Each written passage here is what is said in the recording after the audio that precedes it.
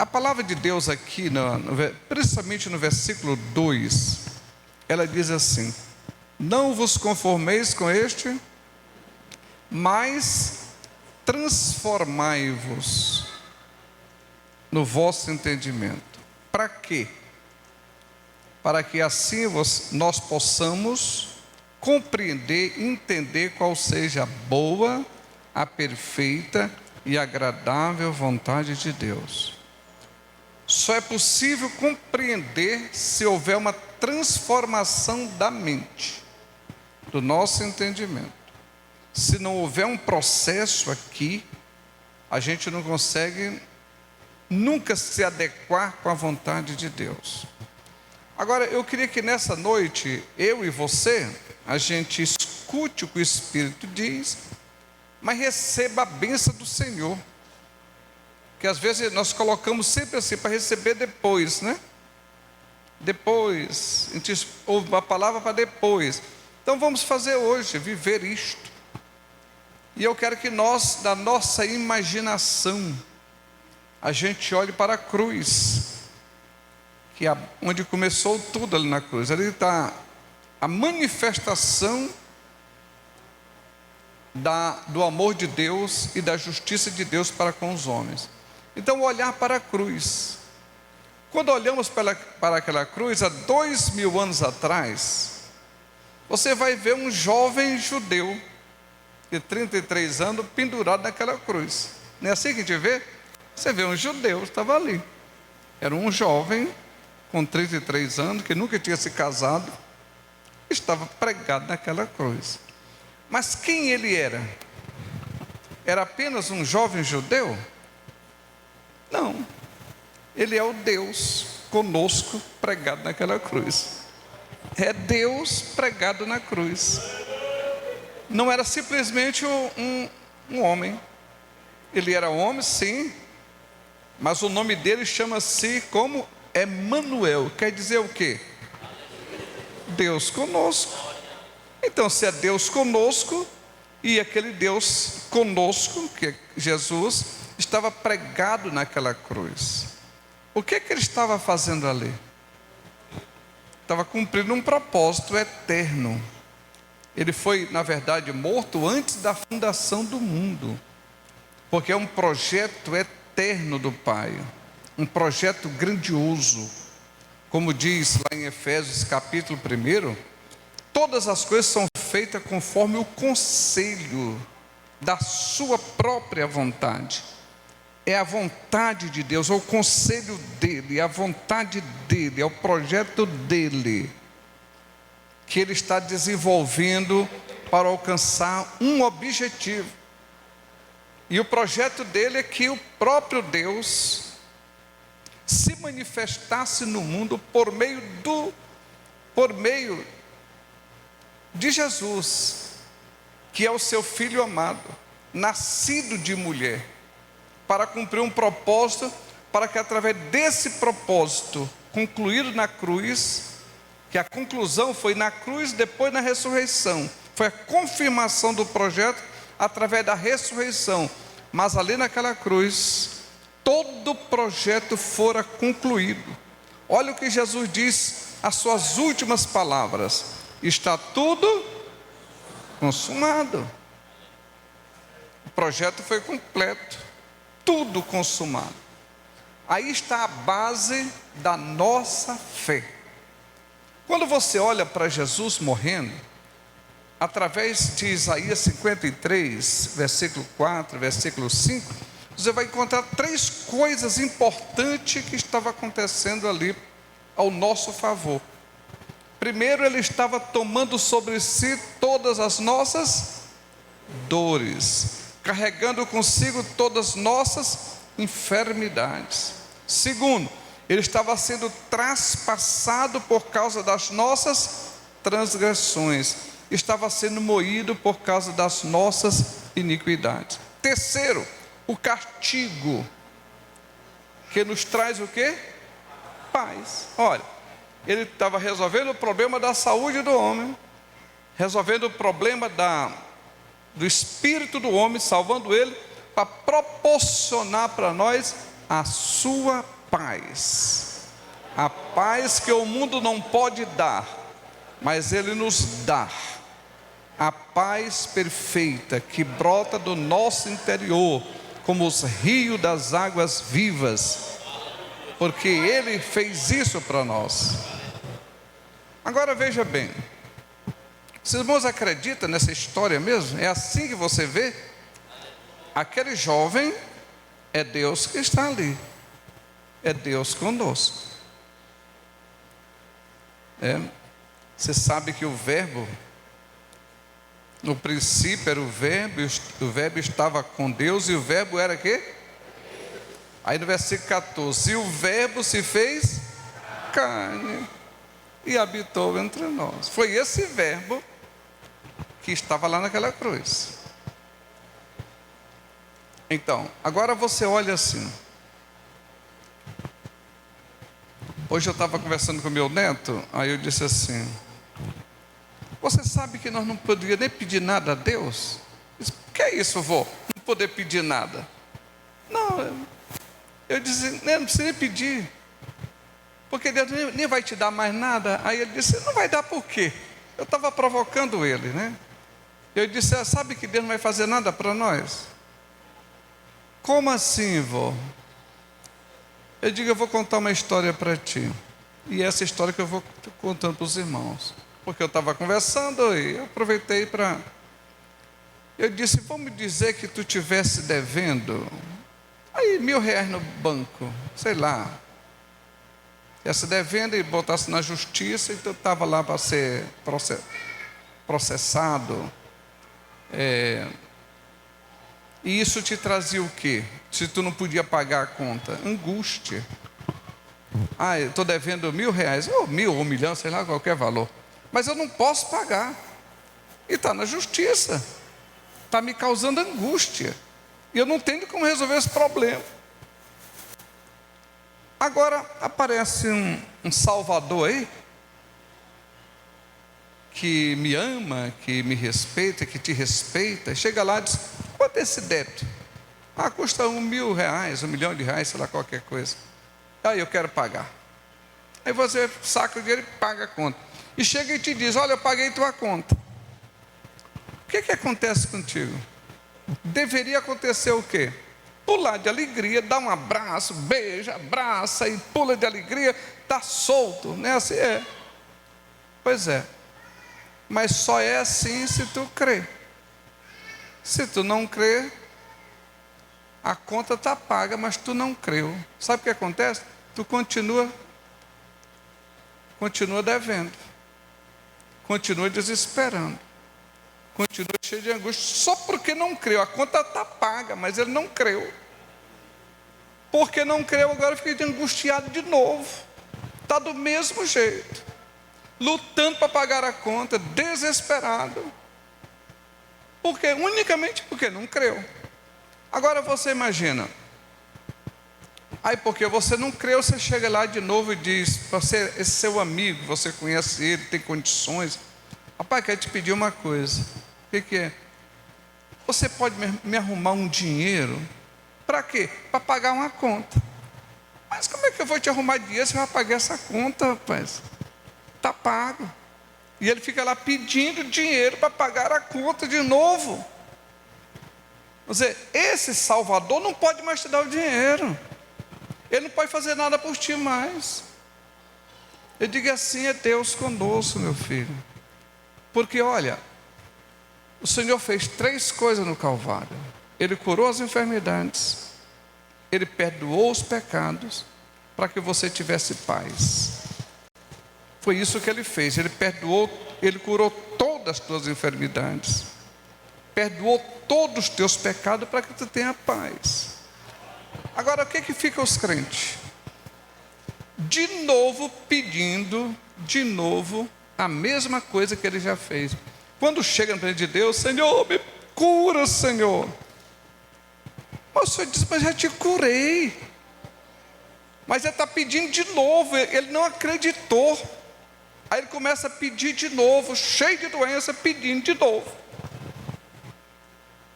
Senhor, me cura. Senhor, me salva. Aí eu disse: tu percebeu, meu filho, que a gente, quando vai orar por um descrente, ele não ora pedindo salvação para ele? Ele disse: realmente. Sabe por quê? Porque o Senhor, Ele já deu a salvação para toda a raça humana. Ele não faz acepção de pessoas. Quando Ele morreu na cruz, Ele resolveu, na presença da justiça eterna, o sangue de Cristo, ao entrar ali, foi aceito. E Ele estendeu salvação para toda a raça humana, toda línguas e povos. Quando a gente vai orar, a gente peça a pessoa confessar a salvação, porque ele já tem, é só confessar. Senhor, eu confesso Jesus e tal. Agora você está salvo. Só bastou ele confessar crendo, só isso, tomando posse. Se ele confessar e não crer, ele volta condenado do mesmo jeito. Se ele fizer a oração de confissão e não creu, ele volta condenado do mesmo jeito. É preciso só ele crer, porque já foi feito. O Senhor já deu salvação para todo mundo, mas Ele também já deu a saúde para todo mundo. Toda a sua igreja já está curada. Agora, o difícil é porque Ele já deu e a pessoa está pedindo de novo. Quando você está pedindo de novo, é porque você não creu que Ele deu. Esse é um problema. Não creu que Ele já fez. A Bíblia diz, Marcos 11, 24, 25, vai dizer assim: como é que a gente consegue as coisas de Deus? Primeiro ele diz assim: tudo que você pedir orando e crê que já o quê? Recebeu, é isso que é teu. Quando você se relacionar com Deus, crendo que já tem, porque você não pode desconfiar do Calvário. Você tem que olhar para Jesus e não pode desconfiar. Isso não é uma brincadeira. Isso não é um homem que está ali, um judeu, querendo se amostrar para ganhar nome, título, para ser o mártir da humanidade e receber aplauso. Não, é Deus conosco, morrendo, tomando sobre si todas as nossas dores, as nossas enfermidades. É Ele morrendo ali, sendo traspassado, morrendo, traspassado por causa das nossas transgressões, sendo moído como se moe uma cana no moinho, por causa das nossas iniquidades. Para quê? Para nos dar paz, para que o povo de Deus tenha paz, a paz que o mundo não pode dar, a gente tenha paz, porque não é uma brincadeira. É como dizia o velho Moreira: se existe uma coisa séria, isso aqui é sério. A brincadeira pode ser, mas isso é sério, porque custou a vida de Jesus. Quando a doença bate, ela bate no nosso corpo. Quando ela bate no nosso corpo, você olha para o Calvário. Mas isso não é uma brincadeira. E ele não estava dizendo uma coisa que não sabia o que era. Ele sabia exatamente o que estava fazendo. E nós precisamos crer nisso. E pelas suas pisaduras nós fomos sarados. Já foi paga essa conta. O Senhor já deu, não precisa nem pedir. Eu falei para o meu neto assim: olha, você não precisa pedir, você precisa tomar posse. Agora, quando tu vai orar pelos enfermos é diferente. Quando você vai orar pelos enfermos, precisa acreditar no Calvário e fazer o que Ele disse. Só que quando você vai orar pelos enfermos, a gente chega, já vai botando a mão de qualquer jeito e já vai gritando e fazendo. Eu disse assim, eu até falei para ele: meu filho, você sabe por que muita gente não é curado? Porque a primeira coisa para poder botar a mão na cabeça de uma pessoa é você conectar o teu espírito com Deus. Você não pode ser botando a mão precipitadamente. Você primeiro tem que conectar com Deus. Isso é fé. Você tem que parar um pouquinho, se relacionar com Deus. pensar, meditar, se conectar e acreditar que aquela morte valeu mesmo. Para quando tu colocar a mão, tu coloca com fé, acreditando. Aí quando você vai, você não vai pedir para curar, você vai expulsar a enfermidade. Você tem, eis que vos dou poder para curar os enfermos. Então você agora, se você que está conectado com o Senhor, confiante, coloca as mãos, aí você vai com autoridade. Você vai mandar a enfermidade embora, vai mandar o demônio embora. Você vai exercer autoridade, mas conectado. Agora, coloca a mão, a pessoa nem pensou em nada. Ele já chega tanto. Não se pode fazer nada sem primeiramente ter um entendimento. A Bíblia está dizendo aqui, olha, você precisa transformar primeiro pela renovação do entendimento. Isso aqui tem que haver um processo. Você sabe que essa mente aqui, nossa, é a mente de Cristo. 1 Coríntios 2,16, a parte B, essa mente é a mente de Cristo. Não é uma mente carnal. Você tem uma mente carnal, eu tenho uma mente carnal. Mas não é essa mente aí não. É a mente de Cristo. Você sabe por quê, amados? Porque Deus é Espírito. João 4,24. Deus é Espírito. E como Espírito que é, nós só podemos nos relacionar com Ele no Espírito. Se você não for espiritual, você não se relaciona com Ele. Porque o homem carnal não se relaciona com Deus e tudo que ele faz não agrada a Deus. Homem carnal, mente carnal é humano. Romanos 8, versículo 8, não pode agradar a Deus. Como é que se agrada a Deus? Sendo espiritual. Não há duas formas de viver, Romanos 8. Agora, pois, já não há mais nenhuma condenação. Para quem? Para aqueles que não andam mais segundo a carne. Mente carnal, domínio da carne, pensamentos carnais. Não, mas agora para aqueles que andam, que tem uma mente espiritual, a visão espiritual, andar no Espírito, viver no Espírito. Então o nosso espírito precisa relacionar-se com Deus, porque a adoração que Deus agrada é só no Espírito. Todo crente tem que aprender a viver no Espírito. Para isso tem que renunciar à carne. Renuncia à carne para viver no Espírito. Aí no Espírito você adora no Espírito, você ora no Espírito, você canta no Espírito, você prega no Espírito, você pastoreia no Espírito, você vive no Espírito, fala a língua do Espírito, tudo é no Espírito.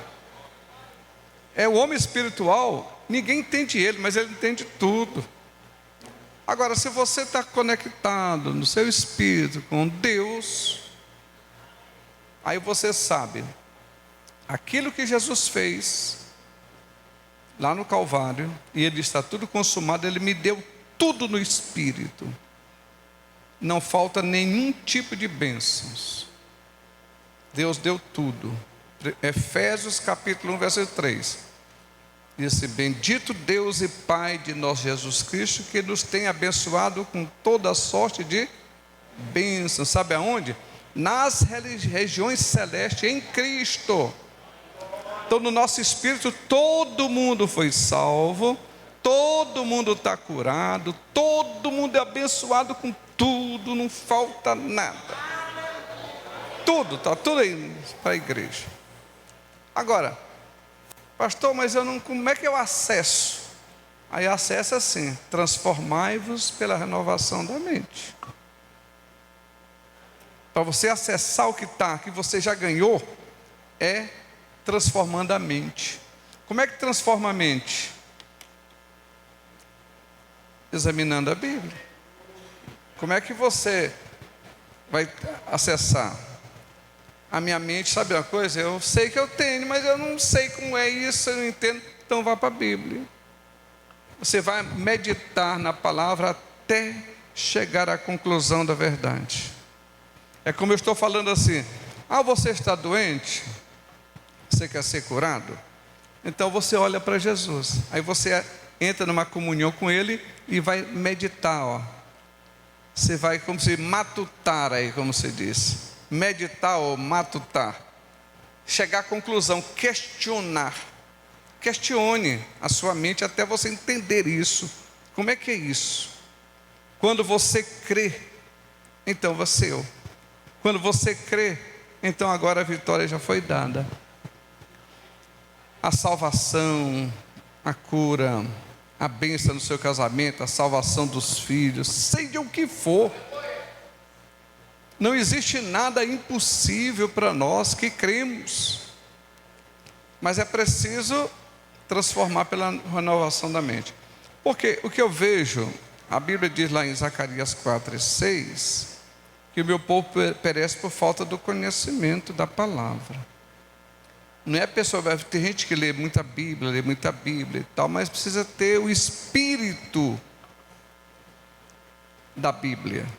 A lei do espírito de vida, é essa que faz da vida, que faz você entender a verdade, o que o Espírito está revelando para você. Quando o Espírito revela para você, essa é a verdade de Deus. E todos nós podemos ter, cada um da sua forma. Olha, eu preciso entender, eu estou precisando aqui, a salvação do meu marido, salvação do meu filho. É o que você precisa? Você já tem.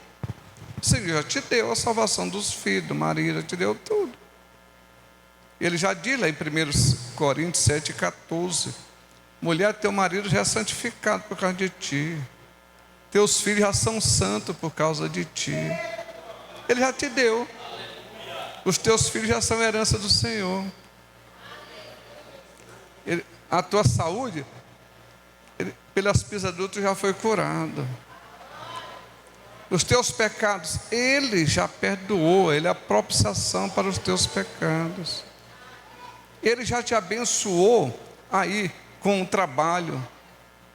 Eu preciso trabalhar para Ele já te abrir uma porta para ti. Ele já te deu. O que Deus falta te dar? Nada. Ele já te deu tudo. Agora o que você precisa agora é aqui, ó. Eu vou para a oração, para a meditação. Isso está na Bíblia, deixa eu entender, deixa eu matutar aqui na palavra. Aí você pega a Bíblia e começa a meditar, para você chegar a uma conclusão da verdade. Quando você chega a essa conclusão, a fé vem pelo ouvir e ouvir a palavra. Quando a sua mente, quando o seu entendimento, você entendeu a palavra, então gerou fé. E se gerou fé, você vê a glória de Deus. Tudo, você pode chegar uma pessoa, conversa com ele.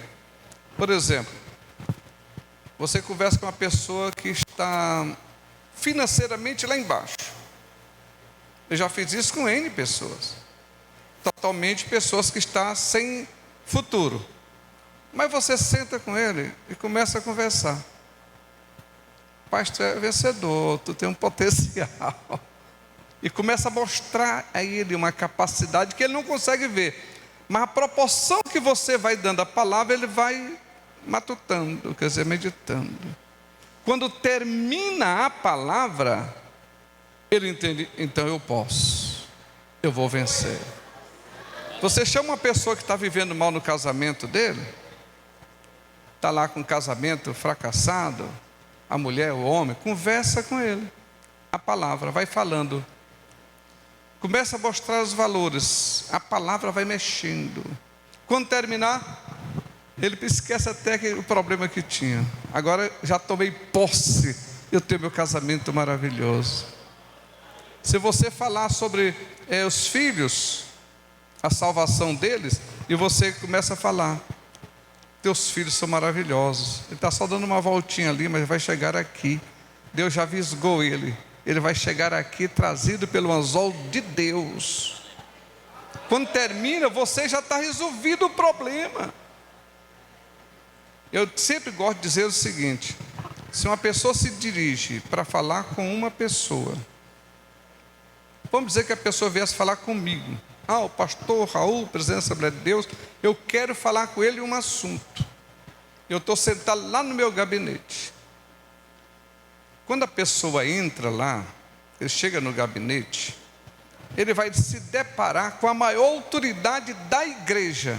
Veja bem, ele vai se deparar, humanamente falando, a maior autoridade da igreja está sentada naquela cadeira ali. Não tem ninguém maior. A última palavra é do pastor presidente. E ele está diante dele. Aí quando ele fala e apresenta a sua demanda, apresenta o seu questionamento, a palavra que aquele presidente vai dizer para ele: sim, eu vou fazer isso. Ele está com a última palavra. E ele vai sair dali sem levar nada físico. Mas ele leva uma palavra do presidente, ele já sai resolvido o seu problema. Se ele vier, por exemplo, olha o exemplo. Pastor, eu quero ser pastor. Um exemplo. Quero ser pastor. Ele pode falar com todo mundo, mas não, eu preciso, a palavra que vale é do presidente. Se ele chega lá e diz assim, tu vai ter uma igreja. Ele não sai com a igreja na mão, não. Ele sai com uma palavra. E ele sai pulando de alegria porque o problema é resolvido. Ele tem agora, ele sai pastor da igreja. Sem ter a igreja, só com uma palavra. É por isso que aquele centurião, Jesus disse: olha, eu vi uma fé muito grande nesse rapaz. Porque ele chegou e disse para Jesus: Senhor, eu não quero te levar na minha casa, não, eu só quero uma palavra, uma. Me dê uma palavra e o meu servo é curado. Só me diga isso, teu servo está curado. Está curado, diga só a palavra. A última autoridade é Ele, a única autoridade é Ele. Uma palavra dele basta. Você só precisa disso, uma palavra. A fé só quer uma palavra da pessoa que for autoridade. Se você se dirige a Deus, Ele é a última palavra. É toda a autoridade dos céus e na terra está com Ele. Você só precisa uma palavra dele. E Ele vai dizer assim: minha filha, pelas minhas pisaduras, tu está curada. Meu filho, tu estás perdoado. Meu filho, tu estás abençoado. O que Ele diz é o suficiente, uma palavra. E você precisa sair com essa convicção de fé. O grande problema é os Tomés. E Jesus disse: olha, há tanto tempo, Tomé, tu vive comigo, tu não acredita em nada. Eu não quero que tu seja incrédulo, seja crente, acredite. Mas é o que acontece hoje na igreja. As pessoas não acreditam. A gente vive num mundo de falta de fé. E quem é que tem falta de fé? Começa pelos pastores, pelos cantores, pelos administradores, pelos cantores, os tocadores, os líderes e toda a igreja. A gente, quando se depara com um problema, a gente não crê. Não crê. E por causa disso é que a gente sofre. A gente vive a vida toda na igreja, mas não crê na simplicidade do Evangelho. Eu estou falando da coisa mais simples que tem, que é a cruz. Olha para Jesus. Ele está dizendo assim: eu estou morrendo aqui não é de graça não. Eu estou morrendo aqui tomando sobre mim todas as tuas dores e as tuas enfermidades, os teus pecados, as tuas transgressões. Sabe para quê? Para que tu tenha paz. Tenha paz. A conta eu paguei, está pago a tua conta. Acredite, tem paz. Tenha paz. Por isso, meus amados, que nessa noite, todos nós estamos aqui. Estamos conversando, refletindo. Se cada um de vocês está refletindo, aquilo que você está precisando aí, o Senhor está dizendo: eu estou te dando isso daí. Eu estou curando as tuas enfermidades. Aí diz: pastor, mas essa enfermidade aqui, não, ele não está perguntando que tipo, porque para Deus tanto faz ser um câncer como uma dor de cabeça, para Ele é como nada. Tudo isso é nada. Olha, as coisas para Deus é tão nada. Ele disse: tudo aquilo que vier contra ti, está lá em Isaías 41, 13. isso para ele é como nada, é como coisa que não é nada. Olha, chega aquela mulher, tinha uma mulher para 18 anos que vivia encurvada, 18 anos que ela vivia encurvada. Jesus chega assim, mulher, tinha direito. Ele viu, não é nada, você está boa e andando encurvado. Satanás está te enganando, Satanás está te enganando, 18 anos enganando ela. Sabe por quê? Porque as coisas, irmão, elas são assim. Eu sempre gosto de pensar na coisa mais simples possível, doutor Arnaldo. Quando a gente era criança, a gente fazia aquela brincadeira com giz. Faz no chão, um menino faz aqueles quadrinhos e brinca lá com os outros. Nessa brincadeira, que a gente bota o giz, de momento, você, naqueles pulos, tem um erro que você erra. Aí você fica num quadrado, ali. Agora aqui você não pode sair, está preso. Preso em quê? No nada, no giz. Eu me lembro de outra brincadeira que eu fazia muito, era o tal da estátua. Se na conversa, se disser a palavra não, o outro, estátua. Não pode falar o não, ele escolhe uma palavra. Você conversa, ele fica observando. Na hora que você diz a palavra que não pode, ele está. E a pessoa fica. E ele não sai, não. Enquanto o outro não libera, ele está preso. Preso por quê? Por nada. Ele se convenceu disto, é nada. Então, todas as doenças, aos olhos de Deus, é o nada. Nós estamos vivendo em cima do nada. Estamos presos. Nós aceitamos, a nossa mente carnal aceita isto. Aí não tem mais jeito, estou preso do nada. A pessoa peca lá, ele erra, falha, sabe o que foi o pecado? Aí você fica preso nisso. Agora não posso me alegrar, eu não posso mais fazer nada porque eu pequei. O Senhor disse, não, tu está preso no nada. Eu já morri por isto, isso aí eu resolvi. Tem só mais 2 minutinhos? Eu vou contar só uma historiazinha que é o nada. Eu acho que eu contei isso até por aqui. 2 meninozinhos, Joãozinho e Maria, né? Quando fala de menino, Joãozinho e Maria. Foram lá para a fazenda, passar um mês de férias. De momento, o Joãozinho, muito mais menino e peralta, pegou umas pedras e começou a jogar num pato. Jogando no pato, jogando.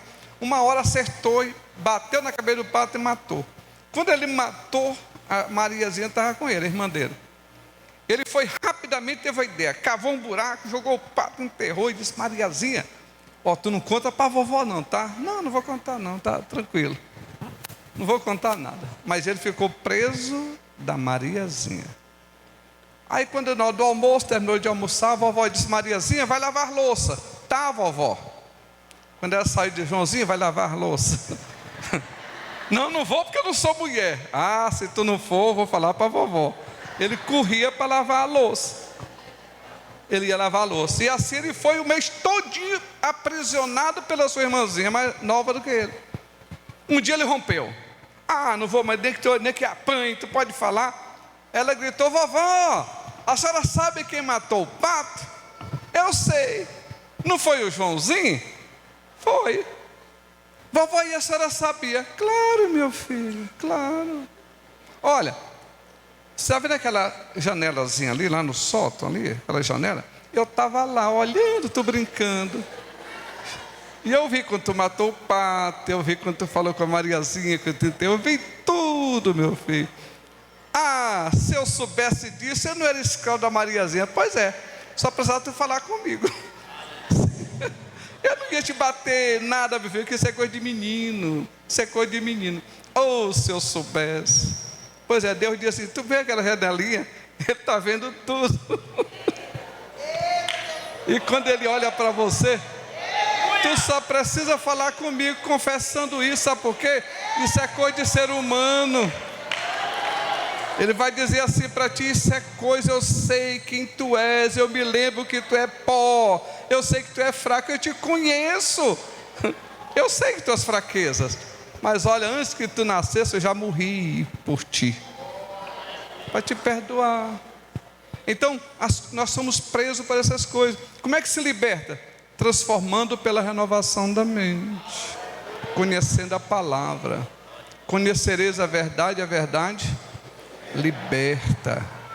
Nós podemos ser libertos. Peraí, deu um problema aqui. Um dia desse eu vou só finalizar, porque já deu o horário. Eu senti um problema, uma dor aí qualquer. E quando vem um problema, a gente rapidamente procura informação, liga para o médico, manda um amigo, falo com... Aí mandei assim as informações, procurei saber, mas fiquei apreensivo, né? Porque a gente fica apreensivo. Quando bate doença, fica apreensivo. E eu passei o dia sofrendo. Mas quando chegou mais ou menos, eu fui ali para a chácara da igreja, e quando eu cheguei lá, quando deu assim umas 3 horas da tarde, mais ou menos, a Ruth cuidando das coisas, eu disse assim, sabe, eu vou orar, eu vou meditar. Aí fui para lá e disse, Jesus, vamos curar essa doença aí. Agora nós vamos curar, chegou a hora de nós vamos curar. Falei assim, vamos curar esse negócio? Eu cheguei, me sentei, e fui fazer exatamente essa meditação. Depois que eu me relaxei, fiquei tranquilo, comecei, Jesus, o que tu estava fazendo naquela cruz? Mais ou menos assim que eu vi. Quem é tu? Tu não é Deus? É. Quem estava fazendo naquela cruz? Qual é o teu propósito da cruz? Tu estava fazendo o que lá? Aí citei Isaías, tu estava tomando sobre si 12 enfermidades. Ela estava fazendo. Peraí, esse projeto é Deus. Eu falei, é Deus. Não foi um homem qualquer, não, é Deus que está aí.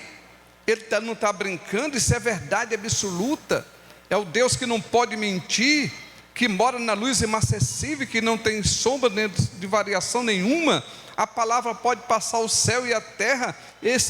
Peraí, isso é uma coisa verdadeira. E eu raciocinei e questionei. Eu vou questionando até eu entender. Quando eu criei isso agora, Jesus, eu estou crendo, né? Tu está aí mesmo, é para isso mesmo. Então é o seguinte, tu disse assim, bota a mão sobre os enfermos. Então eu vou botar minha mão. Aí coloquei isso na enfermidade de Jesus, eu estou fazendo o que tu mandou agora. E eu repreendo a enfermidade, tu sai daí agora. Em nome de Jesus, sai. Dê um grito. Agora, Senhor, eu quero te agradecer por ter me curado. Pelas tuas pisaduras estou sarado. Mas você pensa que a dor saiu? A hora? Não. Continuou oportunando. Mas acontece que agora eu criei. O problema é que minha mente foi renovada, foi transformada. Naquela hora eu criei. E eu criei, me levantei curado. Sentindo a dor, mas curado. Porque o que eu precisava era uma palavra. Agora eu tenho uma palavra. Pelas tuas pisaduras, tu foste sarado. Então eu criei nisso. Me levantei, andei, fui normal. Passei o resto do dia, sentindo aquela dor, mas louvando ao Deus, curado. Porque a gente quer que rapidamente as coisas aconteçam, não importa. O que eu preciso é uma palavra. Eu não preciso levar nada, eu só preciso de uma palavra. Eu tinha, então agora eu estou curado. E fui deitar, quando eu fui dormir, orei ao Senhor, agradecendo. Mas sim, até hoje, não sei mais para onde foi a doença. Ela foi de onde ela veio por um caminho e voltou para o 7. Porque nós temos que crer na palavra. O que eu estou chamando os irmãos é para crer na palavra. Amém? Vamos fazer uma oração, crendo na palavra, e aí eu devolvo. Cada um de nós, cada um de que estamos aqui, eu disse, vamos levar para casa a saúde e o perdão, a salvação aí do teu filho, a salvação do marido, a bênção de Deus. A palavra foi dada e você tem. Amém? Amém, amados? Amém. Então, ore ao Senhor. Querido Deus,